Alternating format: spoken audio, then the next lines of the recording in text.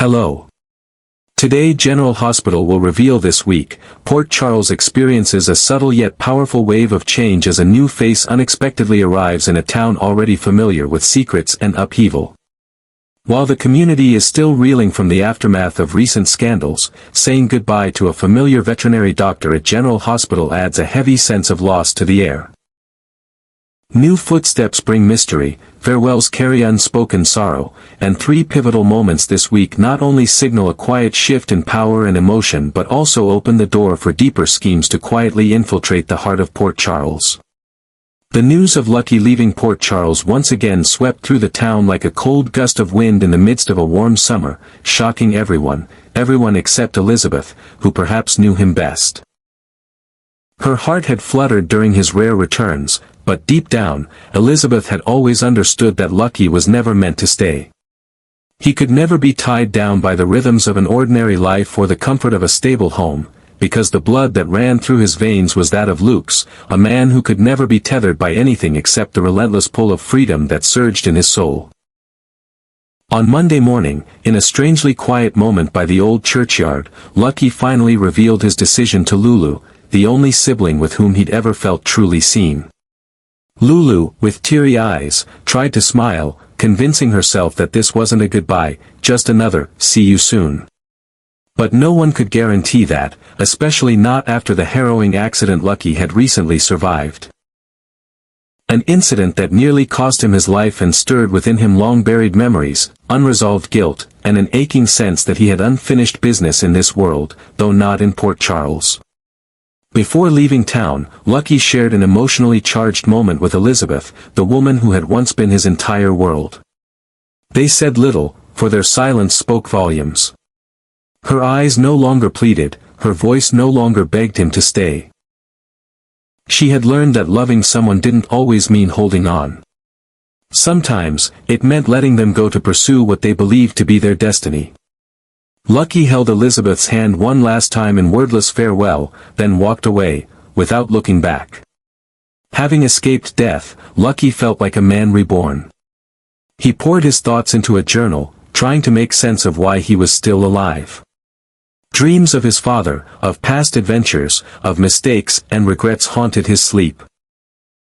He thought about Cameron, Jake, and Aiden, three boys he once hoped he could be a good father to. But the truth was unavoidable, he hadn't been there when they needed him, and he knew he never would be. If he stayed, he would only continue the cycle of absence and disappointment. Guilt was the only thing he carried with him as he prepared to leave Port Charles behind. Lulu, who had always believed in the strength of family, felt her heart tighten as she heard her brother's final words. She wanted to believe his departure had a purpose, that he was going off to do something meaningful, that the world needed him more than they did. But deep down, she knew he was running, not from anyone else, but from himself. And no one, not even she, could stop him. Still, she chose hope. She clung to the belief that one day, Lucky would find what he was looking for and return, not as a visitor, but as someone who had finally found his place within the family. At the hospital, as Elizabeth passed the corridor near the nurse's station, she overheard quiet whispers about the accident that nearly claimed Lucky's life. Her breath caught in her throat. It turned out that this visit wasn't just a brief stopover, it was a return from the edge of death. Elizabeth remembered the times she had stood at his bedside, praying for miracles. But this time was different. He had survived only to realize he needed to leave, forever. At a desolate bus station, bathed in the golden slant of dusk light, Lucky boarded an old coach with nothing more than a small bag. No one was there to see him off. There were no tearful farewells. Just him, his memories, and the weight of a past that never quite let go. He didn't know where he was going, nor could he promise a return. But one thing was certain, Port Charles would always be part of him, no matter how far he traveled, a part of his soul that time and distance could never erase. In the silence of the night, as the town slept, those who had once loved Lucky lay restless. Each carried a memory of him, a flickering flame caught in the wind. And though he might be swept away like a kite cut from its string, this town, this home, would always be waiting. But was this truly the last time? Had he crossed a line from which there was no return, as his father once did? No one could say for sure. Only time would tell. There's something undeniably catchy about the name Isilisha. It rolls off the tongue with a certain charm, almost too easily for it not to become something real. With Curtis and Portia on the verge of unraveling, the universe seems to be drawing new lines in the sand, and Isaiah is standing right at the edge of one of them. The tension brewing beneath the surface of Curtis and Portia's marriage has finally started to boil over. Curtis, unable to shake the feeling that his wife is still hiding pieces of herself, has begun to emotionally drift, seeking refuge in the comforting familiarity of Jordan, the woman who once knew his heart better than anyone else. And now, Portia is left standing in the wreckage, facing not only the threat of losing her husband, but also the uncomfortable realization that her own secrets may have cost her everything. Isaiah, always perceptive, isn't blind to the emotional storm gathering around Portia. As a fellow physician at General Hospital, he's close enough to see the subtle cracks forming behind her composed exterior. He notices the way she sighs when she thinks no one is watching, the brief falters in her voice when she speaks about her family, and the guarded look in her eyes when Curtis's name comes up.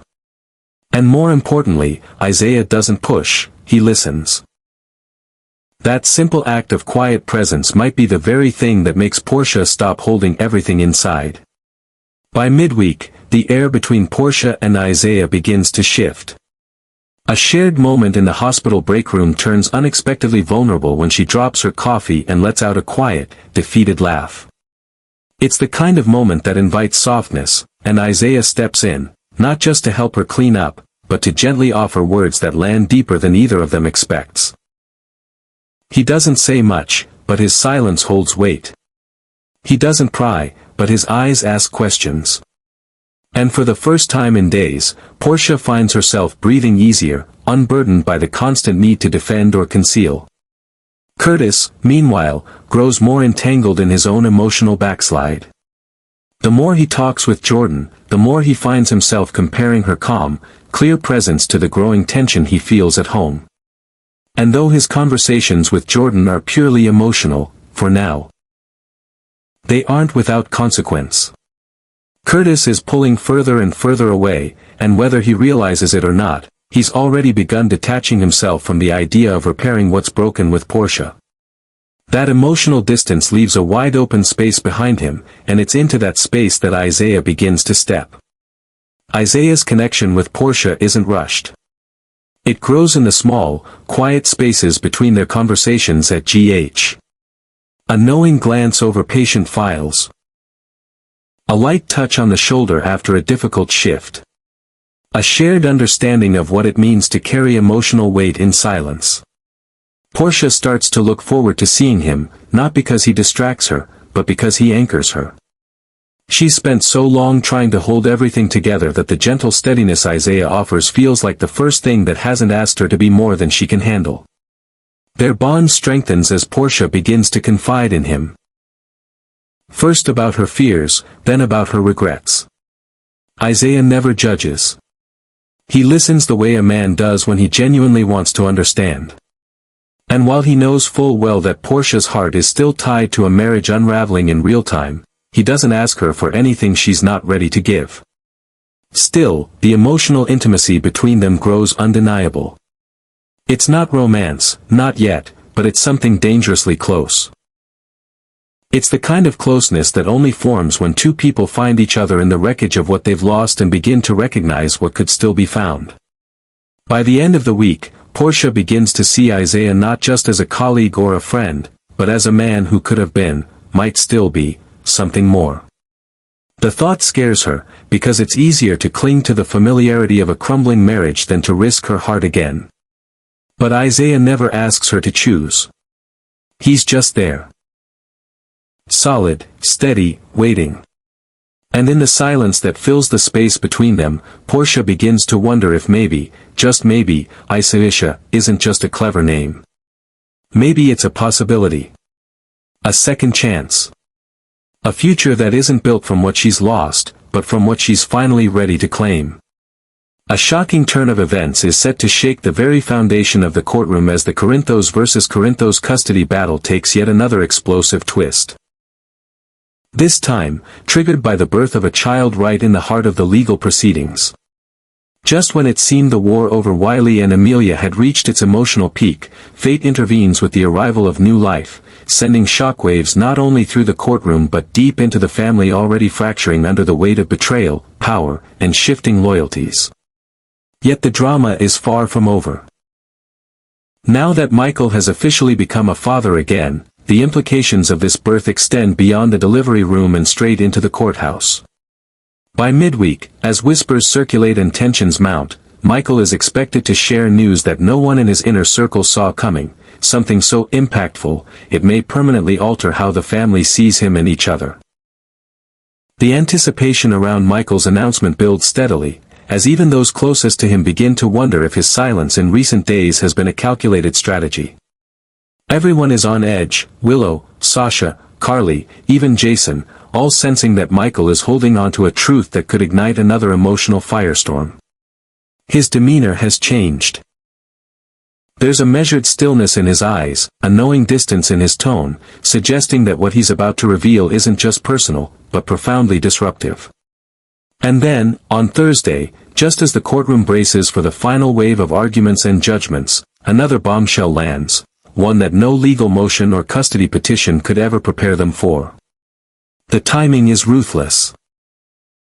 With the judge already rattled by the birth that briefly halted proceedings, the next revelation feels almost cinematic in its cruelty.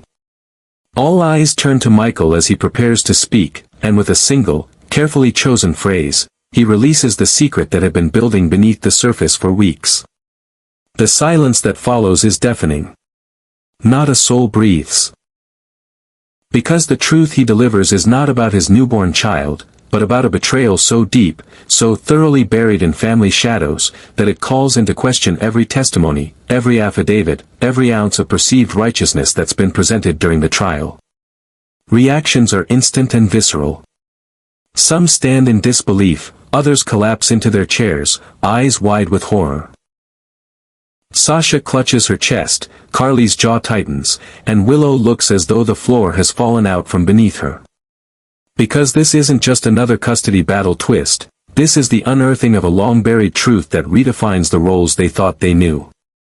Someone has lied. Someone has manipulated. And someone, as it turns out, may have never been fit to fight for custody at all. But the most devastating aspect of the revelation is who it truly affects. It's not just the parents, not just the courtroom players, it's the children, whose futures are once again caught in the crossfire of adult secrets and selfish choices. The courtroom, once a place for order and justice, becomes a war zone of emotion and accusation, where love is weaponized and truth is a ticking bomb. And as the judge calls for an emergency recess, the players are left to regroup in silence, trying to comprehend what just detonated before them. Behind closed doors, panic spreads. Legal teams scramble to reassess their positions. Allegiances begin to shift as once united fronts splinter. Michael, though visibly shaken, remains resolute, as if he'd prepared himself for this moment of reckoning. But even he cannot predict what ripple effect his confession will cause. The fabric of trust in the Corinthos family is torn, possibly beyond repair, and with it, the balance of power in the custody case begins to collapse. Outside the courtroom, the press gets wind of the scandal, and suddenly the private becomes public. News vans circle, headlines scream, and social media erupts in speculation. What started as a closed family courtroom drama has turned into a full-blown media spectacle. The Corinthos name, once a symbol of power and unity, is now a battleground for scandal, deceit, and shame. As Friday approaches, one question hangs heavier than the rest: what happens next? With the judge forced to consider new evidence, alliances destroyed, and the emotional damage spilling into every corner of the Corinthos legacy, the path forward remains dangerously unclear. And as the courthouse lights dim and the doors close, the people of Port Charles brace for another storm, because if this week taught them anything, it's that no secret stays buried forever. As the sun sets over Port Charles, its golden light barely cuts through the thick haze of uncertainty and emotional wreckage left in the wake of a week that has shaken the town to its core. What began with whispers of change and unresolved tensions has evolved into a series of seismic shifts, reshaping relationships, unraveling identities, and exposing the fragile facades that so many have fought to maintain. In every corner of the city. From quiet hospital corridors to the echoing chambers of the courthouse and the windswept edges of the bus terminal, decisions were made that will echo far beyond these 7 days, reverberating into every life, every bond, every carefully constructed illusion. Lucky's silent departure was more than just a farewell, it was a reckoning with the ghosts of generational pain and unhealed wounds. His choice to walk away, not just from Port Charles but from the people who once believed he could be the exception to his father's pattern, left behind more than unanswered questions, it left emotional aftershocks in those who remained. Elizabeth, having long since stopped chasing the fantasy of permanence, faced the ache of finality with grace and quiet devastation. Lulu, despite her steadfast hope, now understands that even blood ties can't anchor a man who's been drowning in guilt and longing for absolution. Lucky's exit was not just a physical absence but the kind of void that shifts the gravitational pull of every relationship he touched, a reminder that some people are not meant to stay, but their absence shapes just as much as their presence ever did. Elsewhere, a different kind of unraveling took root in the subtle, almost imperceptible moments between Portia and Isaiah. What began as professional camaraderie grew into something deeper, more intimate, not through grand gestures but through whispered support, patient understanding, and emotional availability that Portia hadn't realized she was starving for. With Curtis emotionally entangled once again with Jordan, retreating into the safe territory of past comforts while ignoring the festering pain in his marriage, Portia found herself no longer willing to be the only one fighting for their future. Isaiah didn't ask for her vulnerability, he simply made space for it. And in doing so, he created a quiet refuge in the eye of the storm.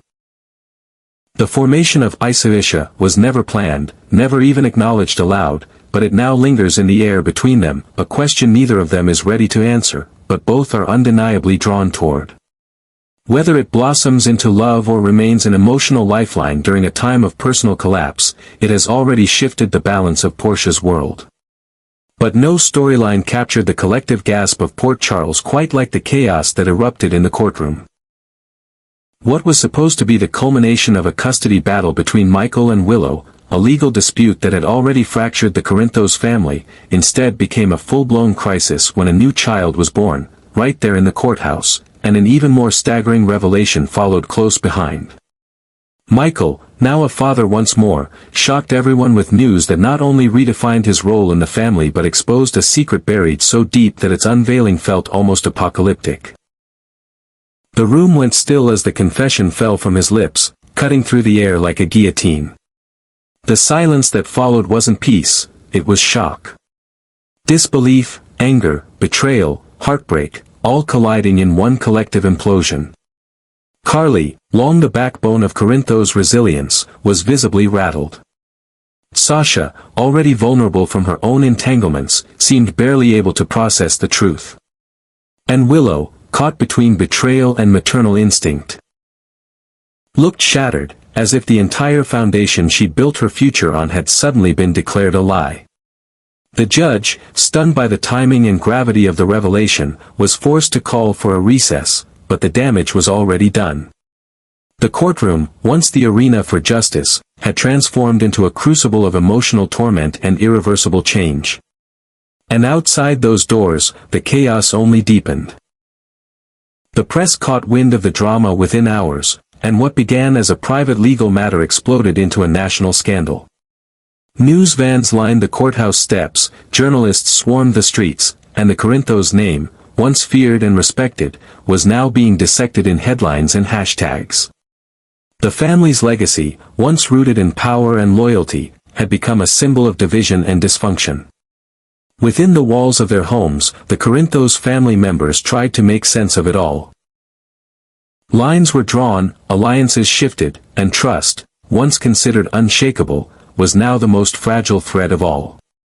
Michael, though stoic in his delivery, bore the weight of his choice like a man who knew the consequences and welcomed them anyway. He had detonated a truth bomb that could not be taken back, not just to gain leverage in court, but because he believed the family deserved to confront its darkest corners, no matter how destructive the fallout. Whether that makes him a hero or a traitor remains a matter of debate, but one thing is certain, nothing will ever be the same. As the dust begins to settle, every character stands before a different version of their future. Lucky is gone, again, but the ache of his absence burns brighter than ever. Portia finds herself at a crossroads between the man she vowed to love and the man who unexpectedly began to see her in ways she forgot she needed. And the Corinthos dynasty, once impenetrable, now stands on a fault line, its cracks growing wider by the hour. The courthouse lights are dimmed. The hospital corridors are quieter. But beneath that silence, the heartbeats of the town race faster than ever before.